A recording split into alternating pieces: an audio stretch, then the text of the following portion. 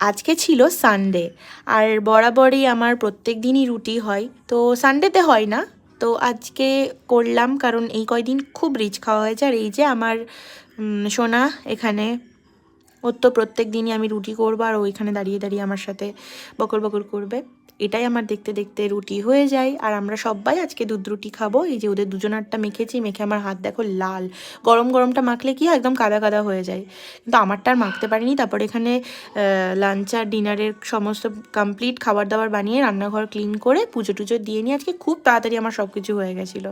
দিয়ে এই যে টমেটো আর ধনেপাতা আর মসুরির ডাল, আর এই যে আলু বেগুন দিয়ে খয়রা মাছের ঝোল, আর বেগুন ভাজা, সিম্পল বাট টেস্টি। আর রাত্রেবেলা একটু বেরিয়েছিলাম এই ঠান্ডার মধ্যে, আমার হাজব্যান্ডেরই একটা দরকারে। তো এই যে একটা ফার্নিচারের দোকানে ঢুকেছিলাম দেখতে, পার্সোনালি বলছি আমার রিলেটিভদেরকে, জাস্ট দেখতে ঢুকেছিলাম, কিনিনি।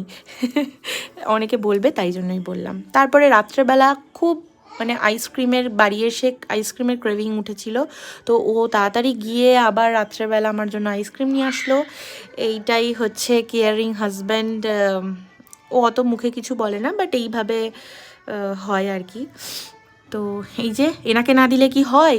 ভিডিওটা যদি ভালো লাগে প্লিজ লাইক শেয়ার করো, আর সাবস্ক্রাইব করে পাশে থেকো, এটাই বারবার বলি আর এটাই প্রত্যেকটা ভিডিওতে বলবো। ভালো লাগলে লাইক শেয়ার কমেন্ট করে যেও।